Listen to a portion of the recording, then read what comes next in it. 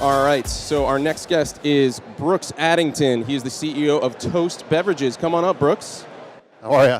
And doing well. How are you? Good, thanks. Thanks for joining us. Thanks for having us. So, for our audience, for people here and watching at home, what is Toast? Explain a little bit about what the product is. Sure. Toast is a dry, non-alcoholic sparkling beverage made from white tea, white cranberry, and ginger. And it was really designed to fill that void of what to drink when you're not drinking alcohol. 30% of people don't drink. Another 30% only have one drink a week. Perhaps not in this crowd, but certainly in the nation. And there are only so many San Pellegrino limes that you can drink before you get bored. We found a big void between the sparkling water and, say, a soda and a juice. Something that's sophisticated, something that's elegant, and so we created Toast. And before we go a little bit more about the brand, just a little bit of sort of how did you personally sort of come into your interest in beverage, and how did you arrive here? Sure. So I lived abroad. I lived in Asia for 15 years, in Japan mostly, and they have a very robust beverage industry. If you walk into your average 7-Eleven, you might have 40 or 50 teas, sweetened, unsweetened, lemon teas, Western teas, Eastern teas, jasmine, green, all sorts of things. And in the U.S., I would come back and I would see not so much of a robust of industry. And so I've always been really excited about what is possible in the U.S. Now, clearly, you look around today and you see how much is going on, that it really excites me. I think in the last 5 or 6 years, when I walk into a store, I see more and more variety, more and more options that are out there. So the industry really seems to be poised to provide an opportunity, a platform for a lot of small businesses to start up. It's an exciting space to be, and we're happy to be in it. Right, and just going back to your product, you explain a little bit of what it is, sort of a more sophisticated drinking experience that is, maybe, as you mentioned, sort of what to drink when you're not drinking.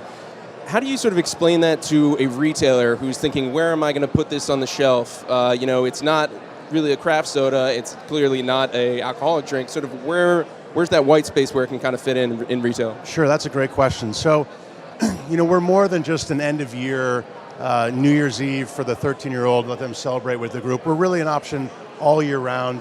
If you're having a turkey sandwich at home, or if you're going to a 5-course meal, or serving at a wedding. So we see ourselves in the high-end seltzer space. We've got retailers, liquor stores that'll serve us in the non-alcoholic wine area. We'll be in a cold section next to a champagne. People come in, they want to grab a bottle, an option for their guests, perhaps themselves.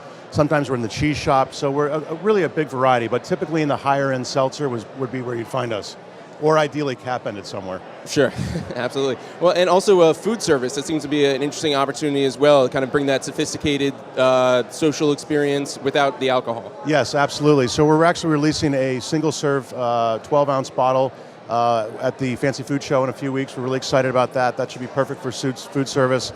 We've done really well in caterers, a lot of restaurants here in New York City. Gotham Bar and Grill, Little Owl Lowell Hotel, for example. We're also in, the greatest rib joint in the Hudson Valley. So, it's, for the food service, it's been a fantastic space for us. We expect that to grow a lot when we come out with a single serve option for them.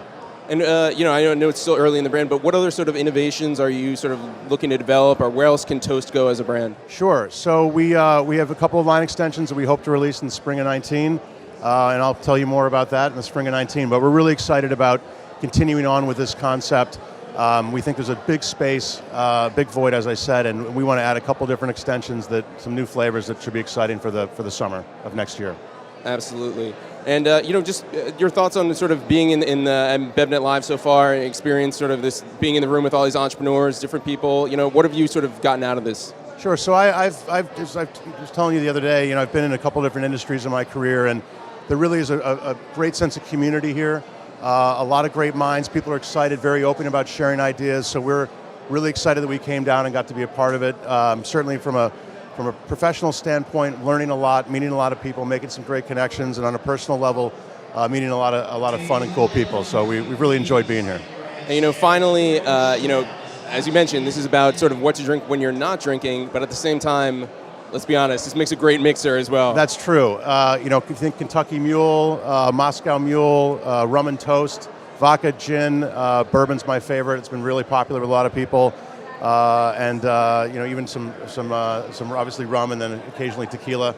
But it does make a fun mixer. We're seeing a lot of mixologists finding really creative ways to work with it. If it's an additive to a mojito, or just going straight with with a bourbon or a rum, it's quite diverse. So we're excited about that opportunity as well. Sure. So it sounds like it works by itself, but also as a tool for mixologists. We like to say the one bottle for everyone. You can bring it to a party or a picnic, and if you want to drink, you can throw something in it. And if you want to just drink it straight, it's great on its own as well.